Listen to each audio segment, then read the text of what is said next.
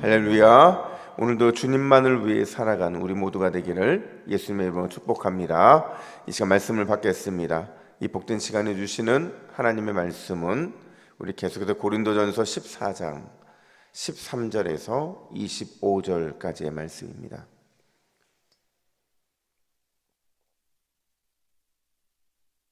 고린도전서 14장 13절부터 15절까지의 말씀, 더 유익한 은사를 사모하라 라는 제목으로 오늘 말씀을 받겠습니다. 우리 13절부터 25절까지 교독합니다.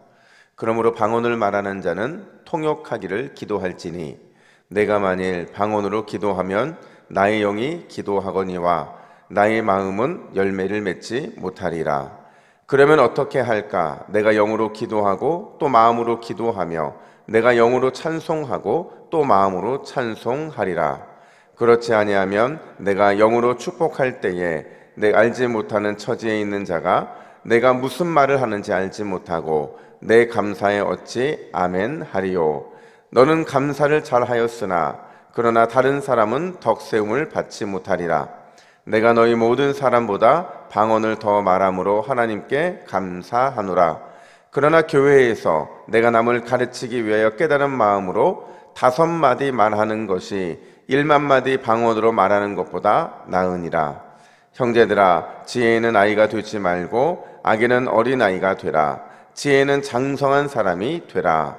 율법에 기록된 바 주께서 이르시되 내가 다른 방언을 말하는 자와 다른 입술로 이 백성에게 말할지라도 그들이 여전히 듣지 아니하리라 하였으니, 그러므로 방언은 믿는 자들을 위하지 아니하고 믿지 아니하는 자들을 위하는 표적이나 예언은 믿지 아니하는 자들을 위하지 않고 믿는 자들을 위함이니라.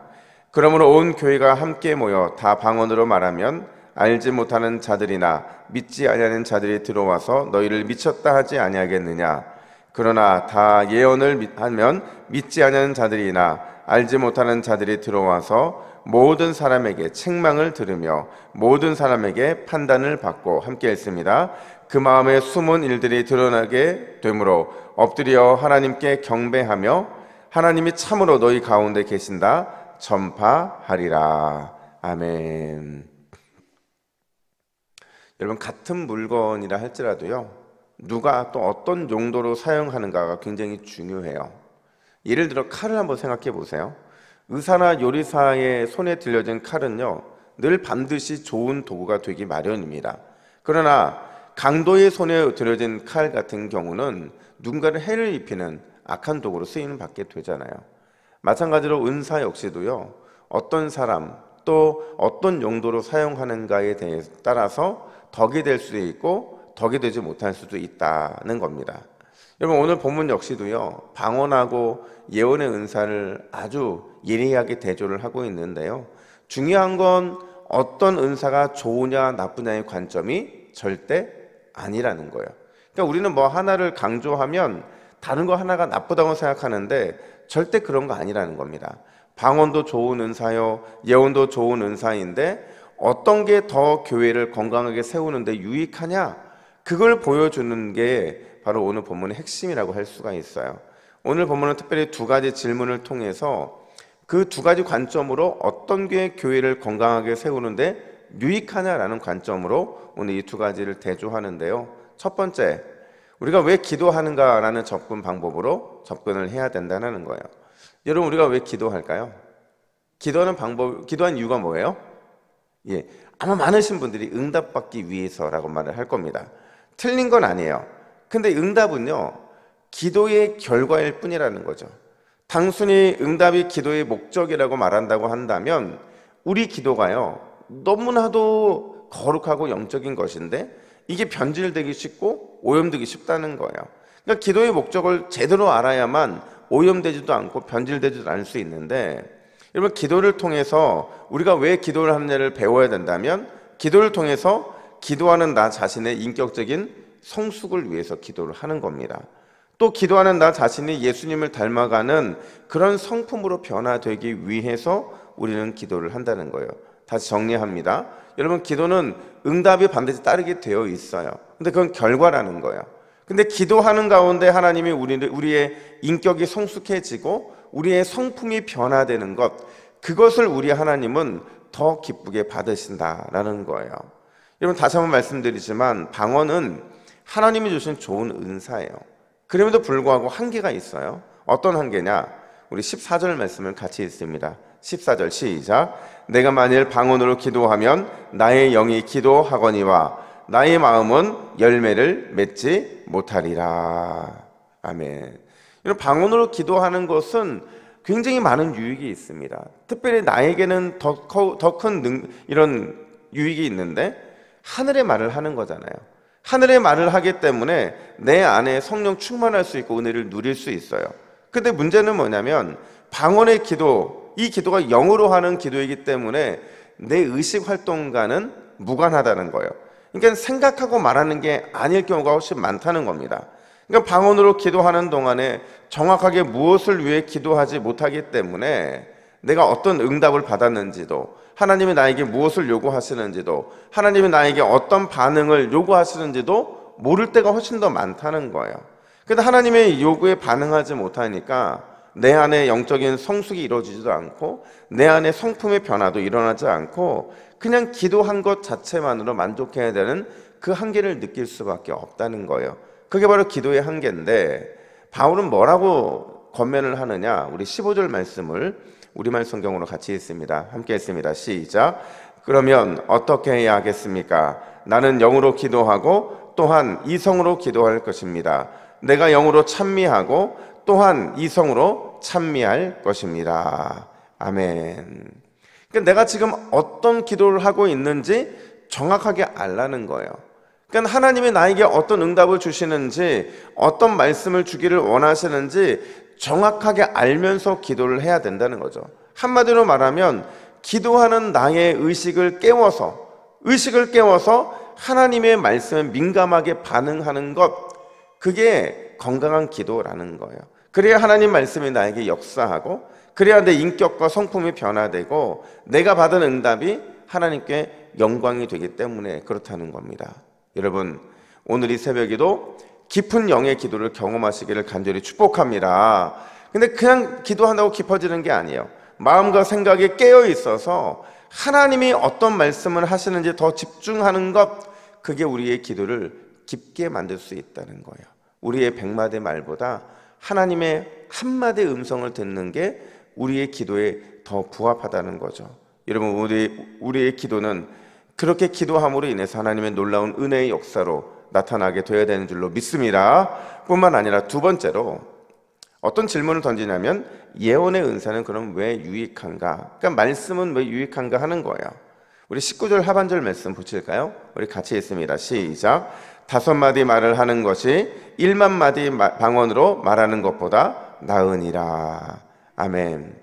그러니까 지금 바울은요, 다시 이 방언과 예언을 아주 예리하게 비교하는데요, 단도직입적으로 이렇게 말합니다. 예언의 5마디가 1만 마디의 방언보다 훨씬 유익하다. 왜냐면요, 이 방언의 목적 중에 하나가 오늘 본문에 등장하는데, 그게 뭐냐면 전도의 표적이 된다는 거예요. 그러니까 믿지 않는 사람들이 자신들의 말로 방언을 하는 것을 보면서 그걸 통해서 전도, 예수 그리스도가 누군지를 알게 되고 하나님이 누군지를 알게 될 수 있다. 이게 바로 방언의 목적 중 하나였거든요. 그래서 22절 상반절 보면 이렇게 말합니다. 그러므로 방언은 믿는 자들을 위하지 아니하고 믿지 아니하는 자들을 위하는 표적이나, 이렇게 말을 하잖아요.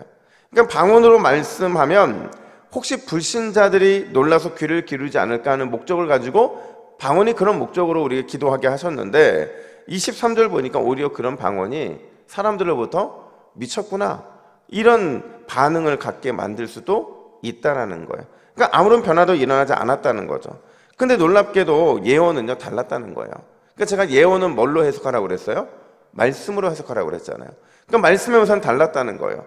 22절 하반절 보니까 원래 예언은 믿는 자들을 위해 주신 것인데, 예언의 은사가 나올 때마다 믿는 자뿐만 아니라 믿지 않는 자들에게도 놀라운 능력으로 나타나게 됐다는 거예요. 우리 24절과 25절 말씀을 함께 읽습니다. 시작. 그러나 다 예언을 하면 믿지 아니하는 자들이나 알지 못하는 자들이 들어와서 모든 사람에게 책망을 들으며 모든 사람에게 판단을 받고 그 마음에 숨은 일들이 드러나게 되므로 엎드려 하나님께 경배하며 하나님이 참으로 너희 가운데 계시다 전파하리라. 아멘. 이게 무슨 말이냐면, 예언은요, 모든 사람이 하나님께 엎드려 항복하게 하고 심지어 경배하게 하고 하나님의 임재하시도록 만든다, 그 말을 하고 있는 거예요. 이걸 한마디로 정의하면 이 예언의 은사는 교회를 교회답게 만드는 도구가 된다라는 겁니다. 그래서 예언의 능력이 훨씬 더 우리에게 유익하다라고 말을 하고 있는 거예요. 여러분, 제가 한 번은 얘기한 적이 있어요. 그 아프리카나 남미에는요, 한동안 이 은사주의가 굉장히 많이 부흥을 했거든요. 우리나라의 기라성 같은 목사님들이 가서 집회를 하면요, 막 병자들이 일어나고 뭐 풀리지 않았던 문제들이 풀려지고 뭐 정말 엄청난 일들이 많이 벌어져요. 심지어 죽은 사람도 살아나는 경우도 있었다고 그래요. 근데 지금 이런 기적이 나타나고 이 놀라운 변화가 있었던 바로 그 현장에서요, 지금 각성운동이 일어나고 있어요. 아프리카에서 각성운동이 일어나고 있고 남미에서 각성운동이 일어나고 있어요. 어떤 각성운동이냐면, 은사가 기독교 신앙을 다 설명하지 못하더라는 거예요. 병자가 일어나고 엄청난 방언이 나타나고 뭐 대단한 이적들이 나타나면 그게 이제 기독교 신앙을 설명할 줄 알았는데, 그건 하나의 접촉점에 불과하다는 거죠. 그 접촉점 이후에 여전히 은사만 추구하다 보니까 이 아프리카 교회가, 남미 교회가 건강함이 사라지기 시작하는 거죠. 그러면서 점점 신앙이 이제 변질되고 그런 것들만을 위해서 교회를 나오기 시작하더라는 거예요. 여러분, 무엇이 기독교 신앙을 설명하고 무엇이 아프리카와 남미의 기독교인들을 성숙하게 만드느냐, 그들의 결론이 뭐였냐면 말씀이다. 말씀을 통해서 나의 인격이 변화되고 말씀을 통해서 내 성품이 온전하여지는 것, 그게 바로 우리 기독교 신앙을 다 설명하는 것이고 우리가 놓치고 있던 아프리카와 남미 기독교인들을 성숙하게 만드는 것이다. 그런 각성이 일어나기 시작했다는 거예요. 그래서 지금 아프리카나 남미에서 유행하는 게 뭐냐, 우리 교회에서 하고 있는 제자훈련이라는 거예요. 이 제자훈련을 통해서 우리의 신앙과 우리의 삶의 이 틀이 바뀌어지는 과정들, 이런 것들을 지금 아프리카와 남미에서 다시 경험하고 있다는 거죠.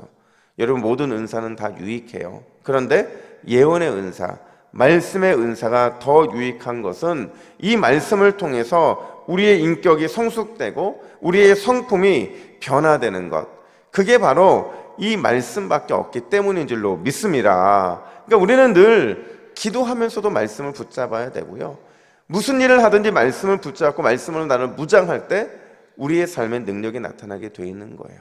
오늘 이 새벽에 하나님이 우리를 말씀으로 성숙시키시고 말씀으로 우리의 성품이 변화되어지는 귀한 은혜를 누리시는 저와 여러분 되기를 예수님의 이름으로 축복합니다. 함께 화면 보시고 같이 기도의 제목을 읽습니다. 함께 읽습니다. 시작. 주여, 나에게 주신 은사로 인격이 성숙해지고 성품이 변화되게 하옵소서. 말씀 앞에 엎드려 주의 음성 듣기를 더욱 사모하게 하옵소서. 아멘. 함께 기도하겠습니다. 하나님 아버지, 오늘도 기도하는 가운데 우리가 하나님 만나기를 간절히 소원합니다. 하나님 만날 때 우리 안에 인격이 성숙해지고 우리의 성품이 변화되는 줄로 믿사오니, 하나님, 우리가 다른 것 구하지 아니하고 말씀 앞에 엎드려 주의 음성 듣기를 더욱 사모할 수 있도록 인도하여 주시옵소서. 하나님, 우리가 주님의 말씀을 듣고 하루를 살아갈 때 우리의 하루는 반드시 능력과 힘과 권능이 나타나는 줄로 믿습니다.